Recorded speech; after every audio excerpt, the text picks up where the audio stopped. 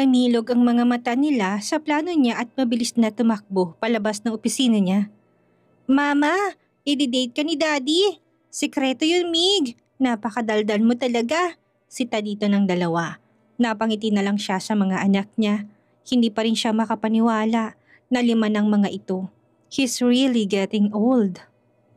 Baka sa susunod ay mag-asawa na rin ang mga anak niya. Nagbibinata na rin si Ken. Muli niyang tinawagan si Marcus. Sunduin mo si Ken at Ophel, I'm sure. Miss na nilang mama nila. Utos niya dito. Pero hindi po ba galit sila kay Miss Marian? Matutunaw din ang galit nila kapag nakita nilang mama nila. I want to surprise her. Hindi na kumontra pa si Marcus. Tinawagan niya rin si Miss Mara upang magpatulong. Magaling ng triplets na hindi nila hinayaang lumabas ang asawa niya. Nakapag-set up sila ng maayos. Pinuno pa nila ng pailaw ang garden at mga bulaklak. Buong araw silang nag-ayos ng garden, hinintay niya lang na magdilim ang langit bago ipatawag ang asawa niya. Ako ang kinakabahan para sa iyo, Sir Harry. Sinigurado mo muna dapat, kabadong sambit ni Miss Mara. Humigpit ang hawak niya sa maliit na kahon na noon pa sana niya naibigay. Alam niyang gusto niyang mangyari. This is the right thing to do after all of the chaos, Mara. Tinago niyang kahon noong mamataan ang sasakyan ni Don Regan. Hinintay niya pa itong bumaba. Walang sisihan anuman ang desisyon ng mga anak ko, Roosevelt. Pagdidiin dito. Noted, Daddy. Tss, hindi pa kita tinatanggap ng buo. Ang desisyon ay nasa anak ko. Nilagpasan siya nito ngunit ngumiti pa rin siya. Ang saya niya ngayon at hindi mabubura ng pagsusungit ng kung sino man. Lalo pa siyang napangiti matapos mabasa ang mensahe ni Marcos na nakalapag na ng bansa. Ang kambal niyang anak at pabiyahin na sa mansyon. Where are we going, kiddos? Bakit naka-blindfold pa si Mama? Malambing na tanong nito sa triplets. Namataan niya mga ito na palabas na ng mansyon. Humagikip ang mga anak niya. This is for you, Mama. Love ka namin tapos love ka rin ni Daddy. Malambing na sagot ni Mika. Kinagat niyang ibabang labit kagad na sinenyasan si Miss Mara. Agad siyang pumesto sa dulo ng carpet at sinenyasan din ang mga violinist na kinuha niya. Tumakbo sa pwesto ni Don Regan ng triplets nung magsimulang malamyos na musika. Kumalabog ng hustong dibdib niya. Nung matigilan ng asawa niya at kagan ibinaba ang blindfold nito. Napalunok siya at puno ng pagmamahal na tinitigan ng pag-awang ng mga labi nito. What is the meaning of this, Harry? Namumungi yung mga mata niya dito. Lalo nang matapos mapansin ang naluluhan nitong mga mata. Mama, lapit ka kay Daddy kasi. Nainip na reklamo ni Mig. Ha? Bakit? Basta, lakad na, Mama. Dagdag na utos ni Chloe. Katagal, luhod ka na nga, Daddy. Utos pa ni Mika sa kanya. Kita niya naguluhan ng asawa niya habang pigil naman nila Miss Mara ang tumawa.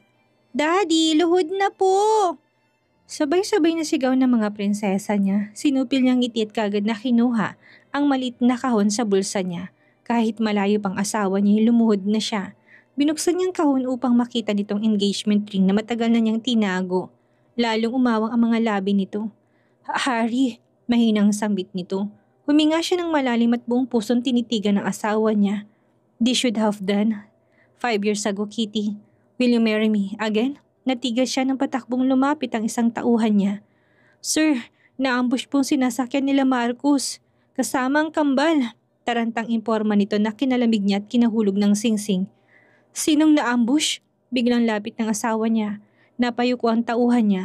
Ang kambal po, ma'am. Mahinang sagot nito na ikinabagsak ng luha ng asawa niya. Shit, kasalanan niya lahat ito. Marian's POV. Saang ospital sila dinala? Mading tanong niya sa tauhan. Nung sabihin nitong nasa ospital ng mga anak niya, naramdaman yung paglapit ni Sir Harry ngunit hindi niya ito nilingon. Pinauwi pala nito nang hindi niya alam. Humawak to sa bewang niya ngunit umiwas siya. Miss Mara, pakibantay po mga anak ko. Habilin pa niya sa sekretarya bago magtungo sa parking lot ng bahay ni Sir Harry. Natigil siya nung hilahin itong kamay niya.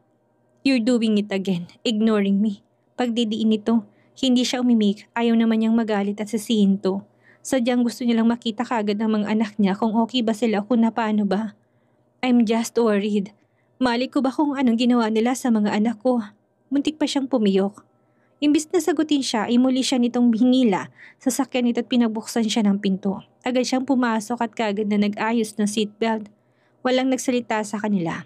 Ramdam niya rin ang galit nito base sa namumuting mga kamay na nakahawak sa manibela. Pati pagigting ng panga nito hindi nakatakas sa paningin niya. Nung makarating naman sila sa sinasabing ospital ay sa pribadong kwarto sila dinala ng nurse. Sumikdo ang kaba niya at parang ayaw pumasok nung buksan niyo ni Sir Harry. Did you tell him? Sana sinabi mo na lang na patay na kami, Kuya Marcus. As if he will care about us. Boses yun ni Ophel. Nahigit niyang hininga. Dalaga ng anak niya ngunit hindi niya nagustuhan ang lumabas sa bibig nito. Stay here for a while. Habilin sa kanya ni Sir Harry bago pumasok. Nasilipan niyo nakaupo sa higaan si Ophel. Dalagang-dalaga nito at marunong na magayos. Sa katabing higaan nito si Ken na nakatitig sa kisame. Kuhang-kuha nitong itsura ni Sir Harry. Parehong nakahudi ang dalawa at mukhang wala namang gasgas. Parang gusto niya tuloy sugurin ng yakap ang mga to, ngunit ayaw niyang gulatin. Hindi yun pupunta, wala yung oras sa amin. Natigil si Ophel nung namataan si Sir Harry. Watch your mouth, Ophel. Madiing banta ng asawa niya, ngunit tumikwas ang kilay ng anak niya. Humalukip-kip pa ito at umirap. Narinig niyang maras na bumuntong hininga si Sir Harry, bago balingan si Marcos na kausap ni Ophel kanina. Sinong nang ambush? Naimbestigahan na ba ng mga pulis? Excuse me, Mr. Roosevelt, hindi kami na-ambush. Namali lang naliko si Kuya Marcus. Mataray na singit ni Ophel, nangunot ang noon niya. At bakit ambush ang nakarating na balita sa akin? Tanong ni Sir Harry na siya rin gusto niyang itanong. I told them that. Inisip mo bang patay na kami kaya ka napasugod sa ospital? Congrats, buhay pa kami. Ophelia Roosevelt, I'm warning you. Stop talking back to me. May galit ng banta ni Sir Harry. Nasapo niyang noon nung makitang hindi man lang natakot ang anak niya. Ano bang nangyari sa mga to't ganito kagalit sa daddy nila? Akala pa naman niya ay sa kanya lang galit, nawala lang sa focus si Kuya Marcus. Kinabahan lang siyang nasaktan kami kaya kami din nila sa ospital. There's nothing to worry about. Tamad na singit ni Ken. Stop being rude, Ophel. Tatay mo pa rin yan. Sarmon pa rin ito sa kapatid na muling umirap. Tatay mo, Ken. Balik na din ni Ophel sa kapatid. Ngunit tumiim lang ang titing ni Ken, nakagat niyang ibang labi. Siya ang nasasaktan para kay Sir Harry. Ayaw naman niyang sisihin ng mga anak niya. Hindi niya alam ang pinagdaanan ng mga to noong wala siya. Sir, kasi nagulat ako na nag-email ang investigador mo kaya nawala ako sa focus. May report siya tungkol sa aksidente mo noon, paliwanag ni Marcus. I understand, Marcus. Pero sana sa susunod wag nang maulit. Bakit mo pinapagalitan si Kuya Marcus? Bakit mo siya sinisisi? E di sana ikaw ang sumundo at hindi yung nasaan ka lang. Ah, right. Nanunuyo ka ng kusino. Biglang sambit nito matapos niyang pumasok sa kwarto. Hindi na niya kasi matiis ang pananalita nito. Tumikwas ang kilay nito sa kanya. Kaya pala, busy ka sa babae mo at hindi mo magawang sunduin kami.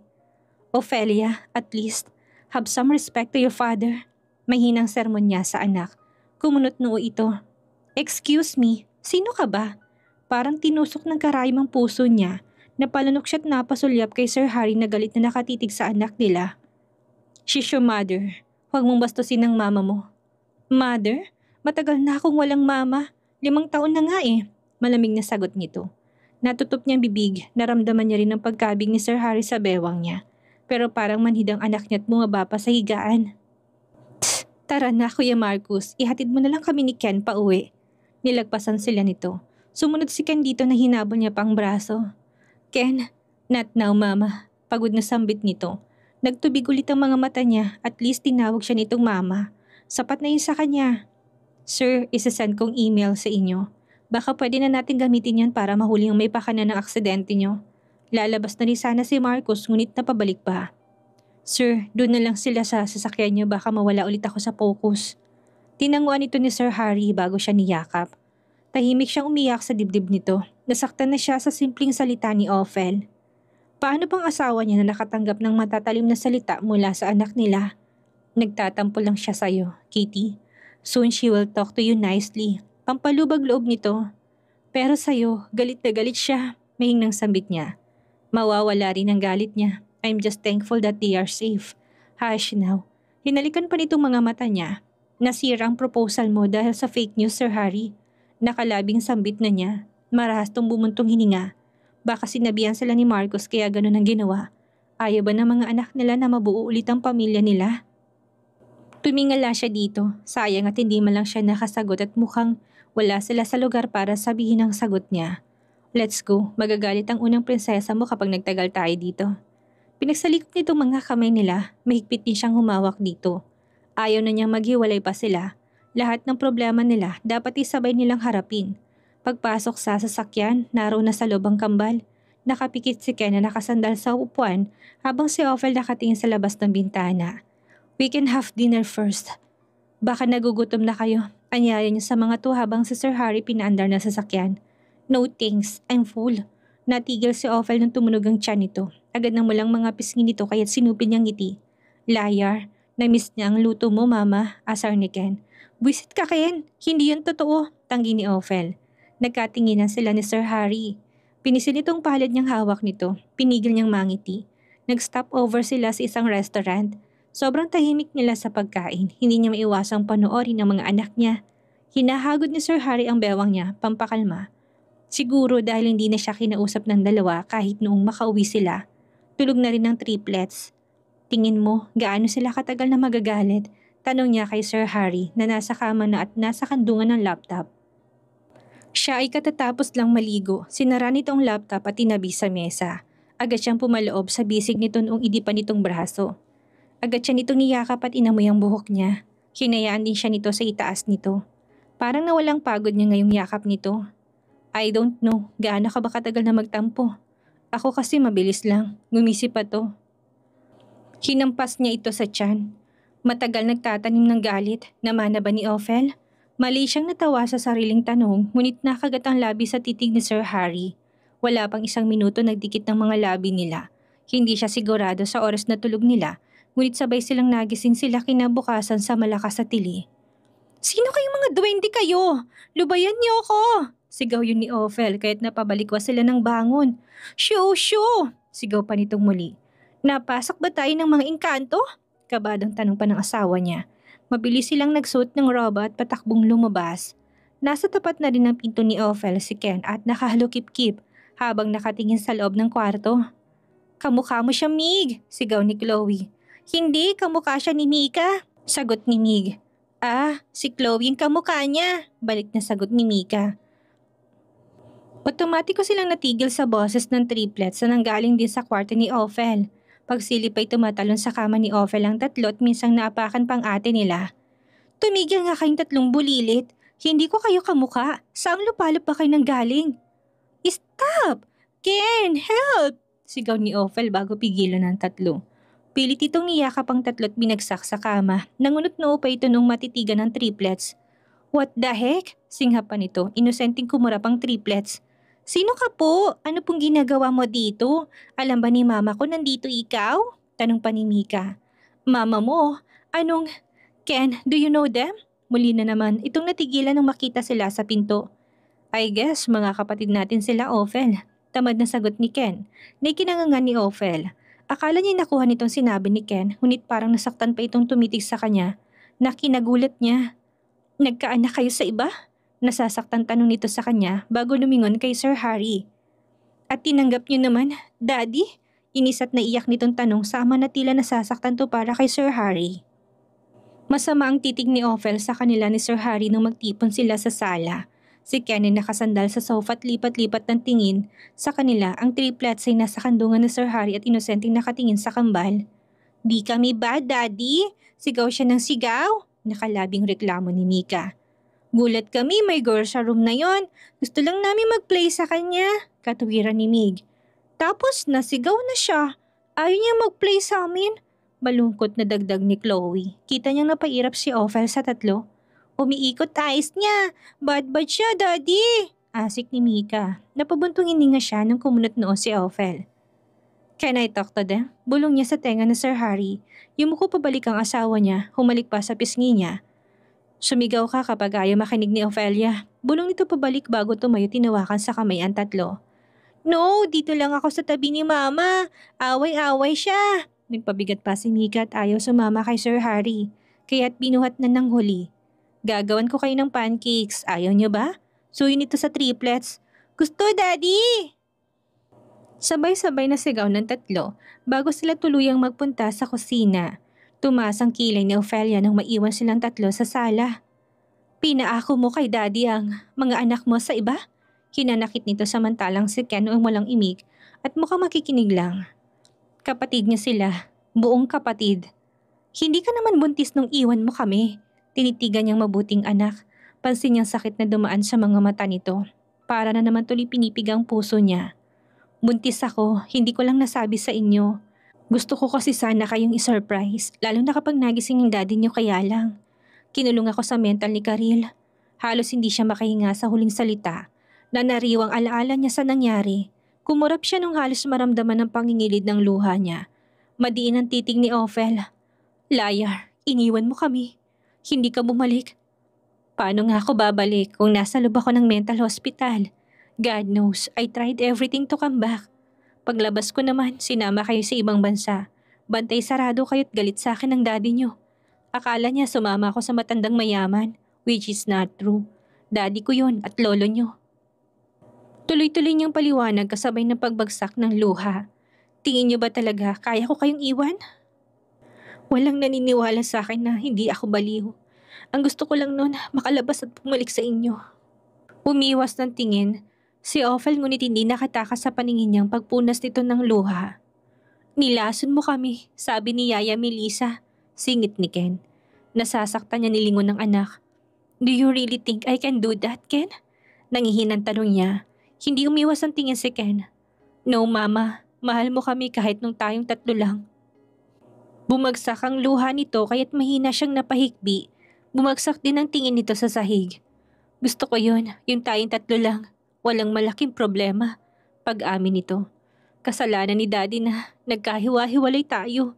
Mahinang singit ni Ophel. Natutup niyang bibig ngunit pumikit rin ng mariin. Kaya ba ganun kagalit ang mga to kay Sir Harry? Sinisisi nilang daddy nila. Mahal kayo ng daddy niyo. Hindi niya rin ginustong nangyari. Kasalanan lahat yun ni Karil. Hindi niya ginustong maaksidente at magkahiwa-hiwalay tayo. Mahina akong paliwanag niya kahit naiiyak pa. Marasa nagpunas ng luha si Ophel. Pero hindi kanya sinuyo agad. Sumama siya kay Kriza, Mama. Hinanakit nito. Lalong nangilid ang mga luha niya. Hinagod ng init ang puso niya na Mama ng tawag nito sa kanya. Agad siyang tumayo't umupo sa tabi nito. Umiiwas to ng tingin ngunit niyakap niya ng mahigpit. Akala nga kasi ng daddy niyo na sumama ko sa iba at nakikipaghiwalay na sa kanya. Ganon din ang pinaniwala sa akin ni Karil. I'm sorry baby kung may choice lang ako. Hindi ko hayaan na mag-suffer kayo ni Ken. Miss na miss ko na kayo. Pumiyok ang boses niya at hindi na mapigil ang pag-iyak niya. 5 taon ba namang nawali ang mga ito sa kanya? Mahigpit niyang niyakap ang anak. Napangiti siya kahit umiiyak nung yakapin siya nito pabalik at sumiksik sa dibdib niya. I'm sorry, Mama. Love na love po kita. Pagsusumamo na nito, nanginig ang labi niya tinalikan sa ulong anak niya. I'm sorry, baby. Ang dami ko ng utang sa inyo ni Ken. Mahina tong tumawa na tila hindi nagalit kanina. Okay lang, Mama. Basta tabi tayong matulog mamaya. Pabayaan mo si Daddy. Malaki na yun. Request nito. Kinagat niyang ibabang labi ngunit tumango sa anak. Bahala na si Sir Harry. Makakatulog naman siguro yon. Wag lang siyang nakawin ulit, Mama. I miss you. Bulong ni Ken na yumakap sa likod niya. Tinapik niya sa pisngi ang anak.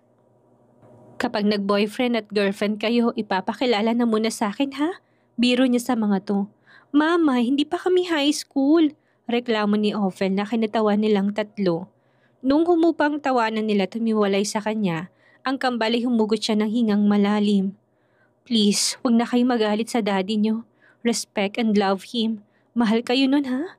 Pakiusap niya sa dalawa, lumabi si Ophel. Lalo tuloy itong naging hawig ng triplets dahil doon.